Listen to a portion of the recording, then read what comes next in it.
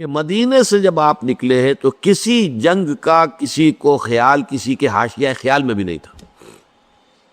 پیش نظر تھا اس قافلے کا راستہ روکنا کہ جو آ رہا تھا شام سے واپس ابو سفیان کی سرکردگی میں، جو جب جا رہا تھا تو حضور نے تعاقب کیا تھا لیکن وہ بچ کر نکل گیا تھا۔ اسی لیے کسی نے اہتمام نہیں کیا کہ وہ اسلحہ ساتھ لے۔ اندازہ تو کیجئے 313 افراد میں سے صرف 2 کے پاس تلواریں تھیں، اسلحہ بھی نہیں لیا۔ کیا کرنا؟ قافلے کو جا کر جو ہے روکنا ہے، قافلے کو لوٹنا ہے، کہہ لیجیے۔ لہذا کو کثیر تعداد جو بھی گئی ہے وہ اسی خیال سے نکلی، اور اس میں کوئی بری بات نہیں ہے۔ باطل سے گویا کہ جنگ تو پہلے دن سے شروع ہو گئی تھی۔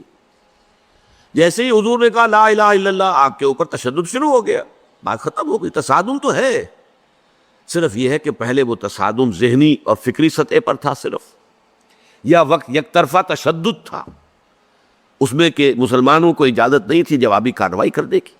اب یہ تصادم 2 طرفہ ہے، اینٹ کا جواب پتھر سے دینے کا موقع آ گیا، مرحلہ آ گیا، اور اس انقلاب کی تکمیل کے لیے انگریزی میں ایک لفظ آتا ہے پش۔ ایک تو PUSH پش، کسی چیز کو دھکا دینا، ایک ہے PUTCH، یہ پش جو ہے یہ ہے کسی بھی مہم میں پھر آخری حلہ بولنا۔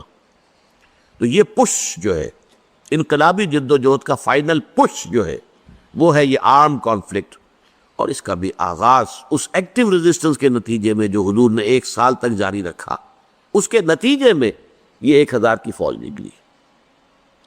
حضور جب اپنے 313 ساتھیوں کو لے کر تقریباً درمیان میں تھے مدینے اور بدر کے، وہاں حضور کو وحی کے ذریعے سے اللہ نے اطلاع دے دی کہ مکے سے ایک لشکر بھی چل چکا ہے، بڑا طاقتور لشکر، اور ساتھ ہی اے محمد صلی اللہ علیہ وسلم ہمارا وعدہ ہے کہ ایک تو وہ جو اوپر سے قافلہ آ رہا ہے شمال سے، اور ایک جو جنوب سے آ رہا ہے لشکر، ان 2 میں سے ایک پر ہم ضرور مسلمانوں کو فتح دے دیں گے۔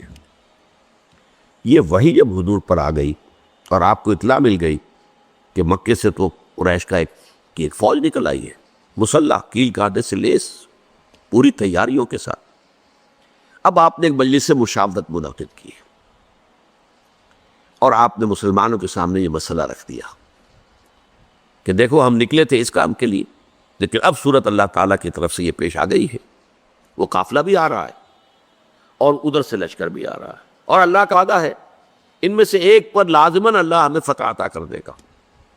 تو بتاؤ کہ ہم کدھر چلیں، لشکر کی طرف چلیں یا قافلے کا پیچھا کریں؟ اس کو آپ جدید اصطلاح میں یہ کہہ سکتے ہیں کہ یہ اپنے ساتھیوں کے مورال کو ریڈ کرنے کی حضور کی طرف سے ایک کوشش تھی، پتہ چلے ساتھیوں کی کا مورال کیا ہے، کیا عالم ہے، ان کا حوصلہ کیا ہے، ان کے جذبات کیا ہیں، ان کی امنگیں کیا ہیں۔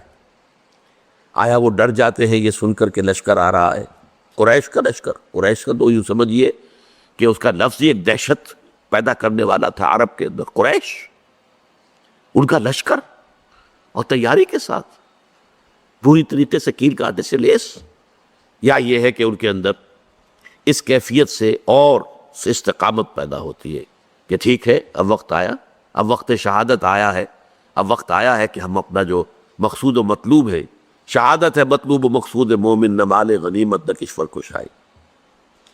تو حضور نے جب یہ مشورے کے لیے بات رکھی، یہ بات بڑی اہم ہے، بڑی پیارا واقعہ ہے یہ سیرت کا۔ مہاجرین میں سے کئی افراد نے کھڑے ہو کر تقریریں کی، بڑی جوشیلی، حضور جو حکم آپ کا ہو آپ بسم اللہ کریں، ہم تیار ہیں، ہر شے کے لیے تیار ہے، فیصلہ آپ کو کرنا۔ حضرت ابو بکر نے تقریر کی رضی اللہ تعالی عنہ، لیکن حضور نے کوئی خاص اہمیت نہیں دی۔ حضرت عمر نے تقریر کی، اب بھی حضور نے کوئی خاص اہمیت نہیں دی، فرمایا بھائی دو مشورہ دو، آپ لوگ مشورہ دیجئے۔ پھر حضرت مقداد ابن الاسود نے جو تقریر کی وہ بڑی پیاری ہے کہ حضور ہم موسیٰ کے ساتھی نہیں ہیں کہ جنہوں نے جنگ کے وقت کہہ دیا تھا کہ فَاذْهَبْ أَنْتَ وَرَبُّكَ فَقَاتِلَا إِنَّا هَاهُنَا قَاعِدُونَ، جاؤ موسیٰ تم اور تمہارا رب جا کر جنگ کرو، ہم تو یہیں بیٹھے ہیں، ہم جنگ نہیں کریں گے۔ ہم موسیٰ کے ساتھی نہیں ہیں، ہم محمد کے صحابی ہیں صلی اللہ علیہ وسلم۔ خدا کی قسم آپ بسم اللہ کریں. جو بھی قدم آپ اٹھائیں گے انشاءاللہ اللہ تعالی ہمارے ذریعے سے آپ کو آنکھوں کی ٹھنڈک عطا کرے گا. حضور ان کی بات کو بھی کوئی خاص اہمیت نہیں دے رہے.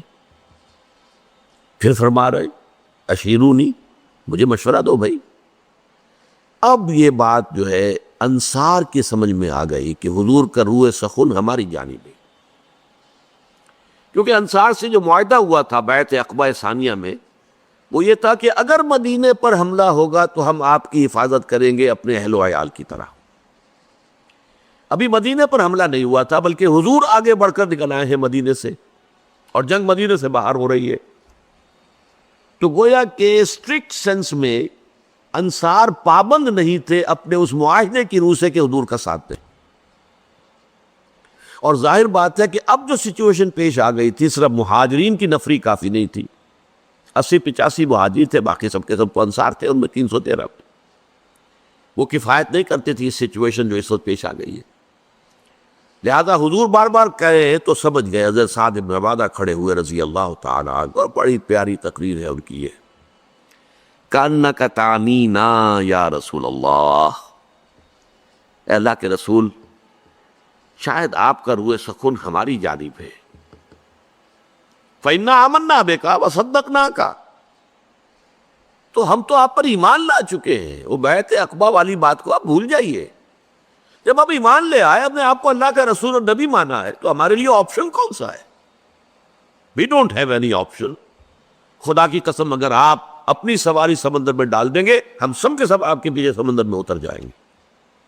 اور خدا کی قسم اگر آپ ہمیں حکم دیں گے تم برق الغمات تک پہنچ جائیں گے، یمن کا ایک شہر، اور اپنی جو سواریاں ہیں یہ اونٹ اور اونٹنیاں انہیں اس طویل سفر کی وجہ سے لاغر کر دیں گے، لیکن آپ جہاں حکم دیں گے آپ بسم اللہ کیجئے.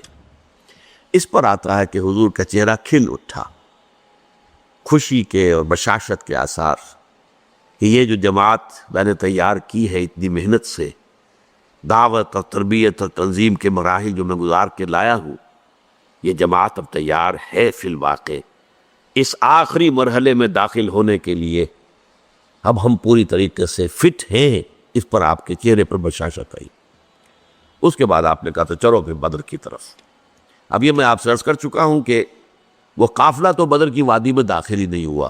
ابو سفیان اس کو لے کر پہاڑی سلسلے کے ادھر مغرب کی طرف سے ہوتے ہوئے ساحل سمندر کے ساتھ ساتھ لمبا سفر کر کے بچ کے نکل گئے. اور یہ جب جو لشکر آ گیا قریش کا، اور جب پڑاؤ ہے، صرف میں اس کے بھی 2 واقعات آپ کو سنا دوں کہ جب پڑاؤ پڑا ہوا ہے تو وہاں اطلاع پہنچ گئی کہ قافلہ تو بچ کر نکل گیا. ابو سفیان کا پیغام آ گیا کہ میں قافلے کو بحفاظت لے کر مکے پہنچ گیا ہوں. اب یہاں سوال پیدا ہوا پھر وہی ہاکس اینڈ ڈوز کا معاملہ. ڈوز نے یہ سوچا کہ اب خوریزی کاہے کے لیے، ہم تو نکلے تھے اپنے قافلے کی حفاظت کے لیے، قافلہ تو پہنچ گیا. لیکن جو ہاکس تھے ان کو تو سمجھ میں یہ آیا کہ یہ تو ہمیں موقع مل گیا، گاڈ گیون اپارچونٹی. یہ ڈوز ہماری بات چلنے نہیں دے رہے تھے. اب جو ہے اب ہم یہاں تک پہنچ گئے ہیں، مدینہ یہاں سے صرف 80 میل دور ہے، ہم کہاں سے کہاں تک ہو کر یہاں پہنچ گئے ہیں، تو اب تو موقع ہے، اب یہاں سے واپس جانے کا کیا سوال. حضرت حکیم بن حزام رضی اللہ تعالی عنہ اس وقت تک ابھی ایمان نہیں لائے تھے. وہ گئے عتبہ کے پاس. کیا عتبہ؟ دیکھیے ہمارا جو قافلہ تھا وہ تو بچ کے جا چکا ہے، اب یہ خامخواہ کی خوریزی اور جنگ کاہے کے لیے؟ آپ کی حیثیت یہ ہے قریش کے ہاں کہ اگر آپ اس کو روکنا چاہے تو جنگ اب بھی رک سکتی ہے. اس نے بھی کہا ٹھیک ہے، بات تو تمہاری صحیح ہے، اچھا چلو چلتے ہیں ابو جہل کے پاس. وہ he was the chief of the ہاکس. وہاں جا کر بات کی اور وہ شخص جو تھا پھر اس نے پینترا بدلا، تانا دیا عتبہ کو. عتبہ کے بیٹے تھے حضرت حذیفہ رضی اللہ تعالی عنہ جو ایمان لا چکے تھے، حضور کے ساتھ تھے.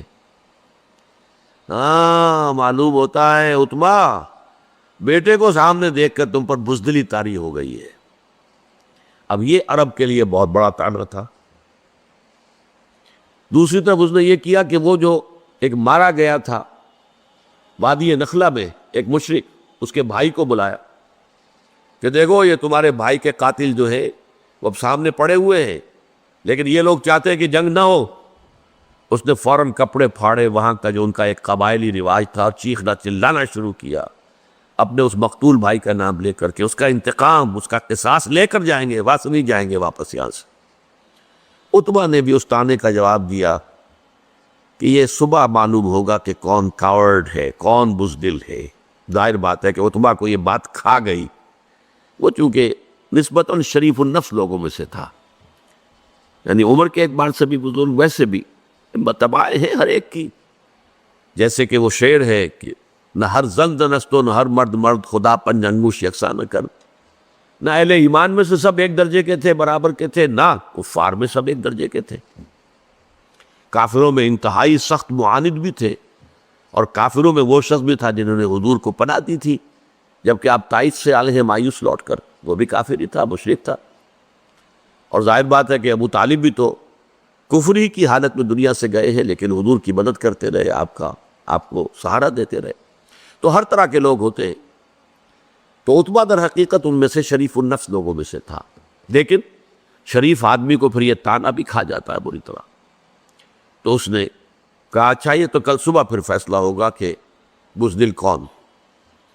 نتیجہ یہ ہوا ہے کہ پھر اگلے دن سب سے پہلے عتبہ میدان میں آیا۔ یہ اس تانے کا نتیجہ، اپنے بھائی شیبہ بن ربیعہ کو بھی ساتھ لیا، اپنے بیٹے ولید بن عتبہ، حضرت حذیفہ کا چھوٹا بھائی۔ اب بڑا بھائی حضور کے ساتھ ہے، چھوٹا بھائی یہاں مقابلے میں آیا۔ یہ نکلے جیسا کہ پرانے زمانے میں روایت تھا، مبارزت، چیلنج کیا، آئے کوئی ہمارے مقابلے میں۔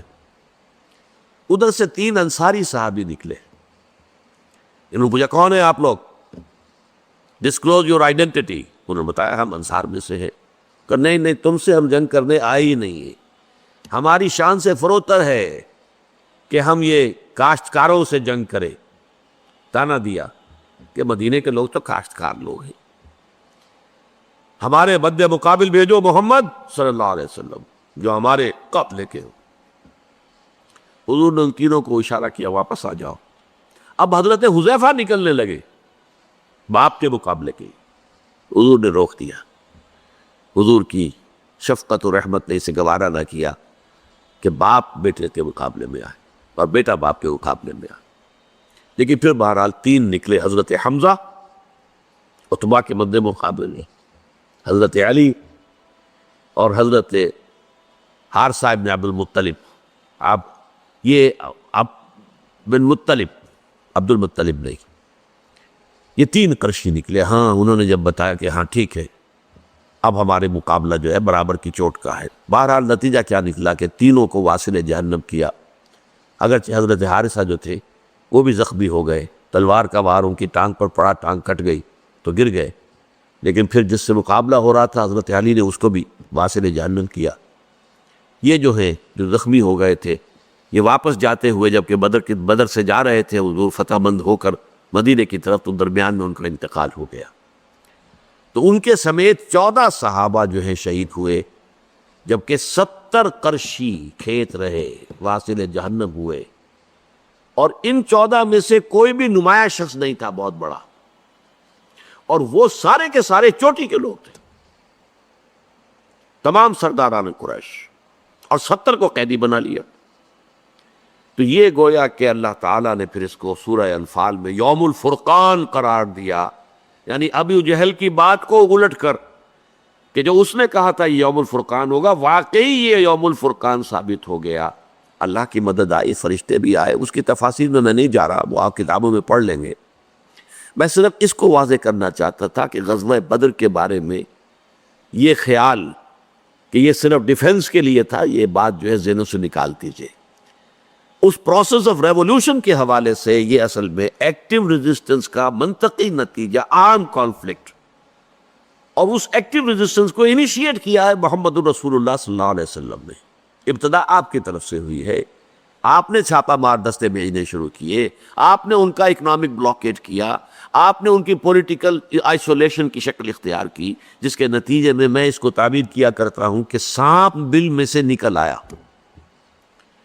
سانپ کو مارنا ہو تو کیا کریں گے؟ تو بل میں گھسا ہوا ہے، تو آپ کو معلوم ہے نا، کوئی بین وین بجاتے ہیں کچھ تاکہ وہ کوئی باہر نکل آئے۔ اب پتہ نہیں وہ بین سے کچھ واقعی کو اثر ہوتا ہے یا نہیں ہوتا، لیکن جو عام میں تو آپ کو سمجھانے کے لیے کہہ رہا ہوں۔